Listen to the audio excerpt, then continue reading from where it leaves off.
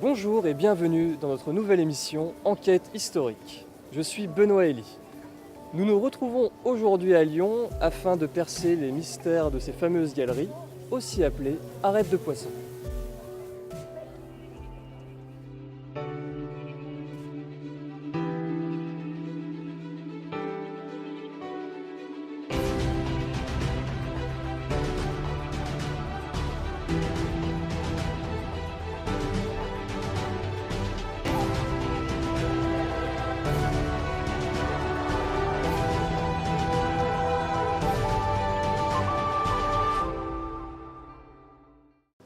Le souterrain n'a pas encore fini de livrer tous ses secrets. Il y a quelques années, les historiens ont découvert qu'il renfermait une sombre histoire encore inconnue. En 2007, des archéologues redécouvrent, dans une des galeries, près de 5 mètres cubes d'ossements humains. Les médecins légistes, très récemment, ont pu les identifier.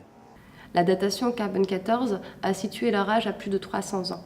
De plus, l'analyse des squelettes nous a permis de découvrir que tous étaient féminins, sauf un. La dentition de ce dernier nous a aidé à découvrir son identité. Il s'agissait de Charles Coquelet, connu au XVIIe siècle pour avoir été un tueur en série. Cet homme, autrefois un médecin de campagne estimé, vivait une histoire idyllique avec Jeanne de Fontier. Malheureusement, leur histoire d'amour est compromise. La maladie emporte Jeanne. Il faut savoir que Charles était orphelin et donc à la mort de Jeanne, il se retrouve seul. Et rongé par la culpabilité de ne pas avoir pu la sauver, il décide alors d'aller s'installer à Lyon, pensant probablement que cela l'aiderait et le consolerait un peu.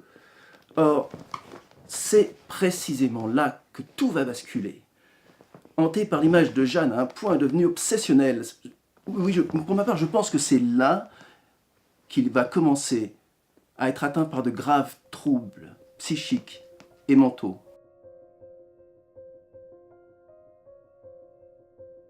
Il retrouvait même sa bien-aimée dans certaines particularités physiques de plusieurs femmes.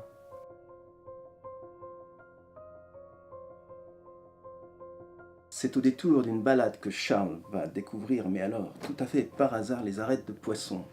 Ce lieu était totalement abandonné depuis l'Antiquité. Ce fut donc le premier homme, depuis des siècles, à pouvoir y pénétrer. Personne à l'époque n'en connaissait même l'existence. C'est lors de cette découverte que son plan commence à germer. Tout va se dérouler rapidement. Il a donc commencé à enlever des femmes, partageant des traits en commun avec Jeanne. Lorsque nous avons reconstitué les squelettes, nous avons remarqué qu'il manquait plusieurs os correspondant à des membres différents. De plus, en poussant l'analyse, nous avons remarqué que le corps à côté de Charles Coquelet, qui avait été retrouvé, était formé de ces membres manquants.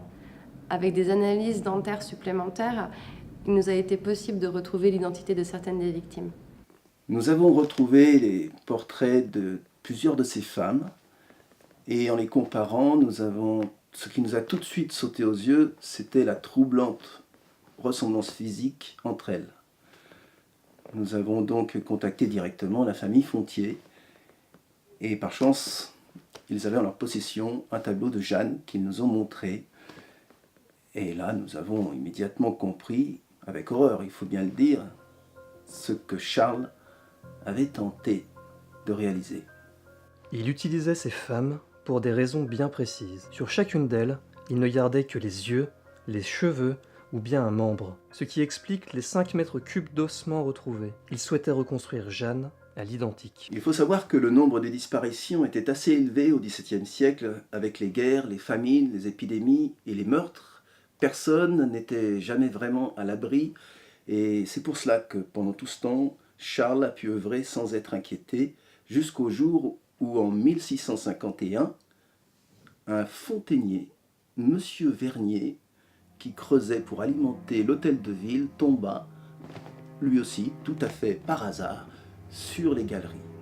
Le fontainier paniqué alerta un officier. Les écrits de l'officier chargé de l'arrêter stipulent qu'il aurait vu le médecin parler avec quelque chose. Il dit même plus précisément, je cite, « un corps difforme et monstrueux, mais qui semblait bouger légèrement ». Un mouvement de panique suite au rapport de cet officier poussa le gouvernement de l'époque à le condamner séance tenante et toujours sous la pression de la foule, on l'enferma sur le champ dans les galeries avec ses victimes.